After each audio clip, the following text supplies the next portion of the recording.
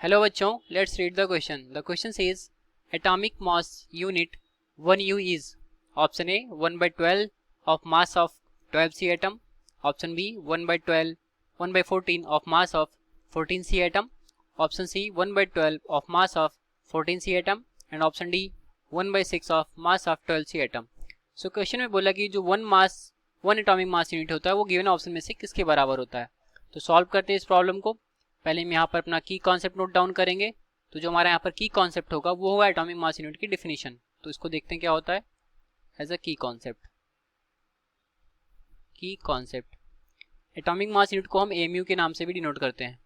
तो लिखेंगे इसको एटॉमिक मास यूनिट. इसको हम शॉर्टकट में बोलते हैं AMU या फिर यू से.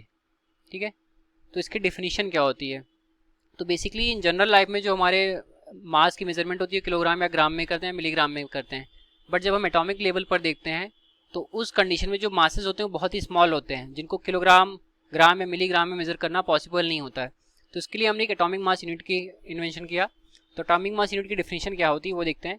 तो बेसिकली जो कार्बन का आइसोटोप होता है 6C12, उसके मास का 1/12 पार्ट जो होता है वो 1 एटॉमिक मास यूनिट कहलाता है. इसको नोट डाउन करेंगे. ठीक है. तो लिखते हैं it is defined as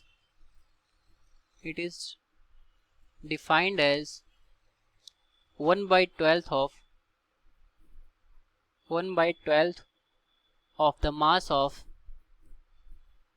of the mass of carbon 12C atom.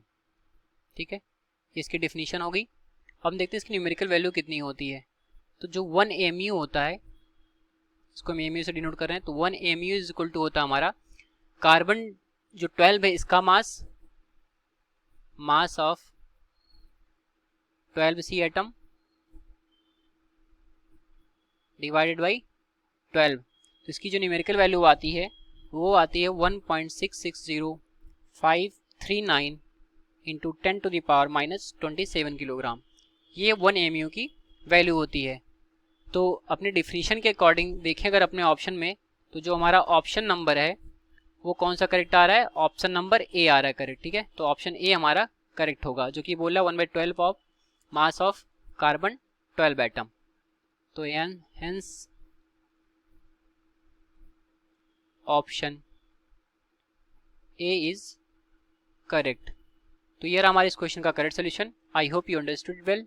Thank you.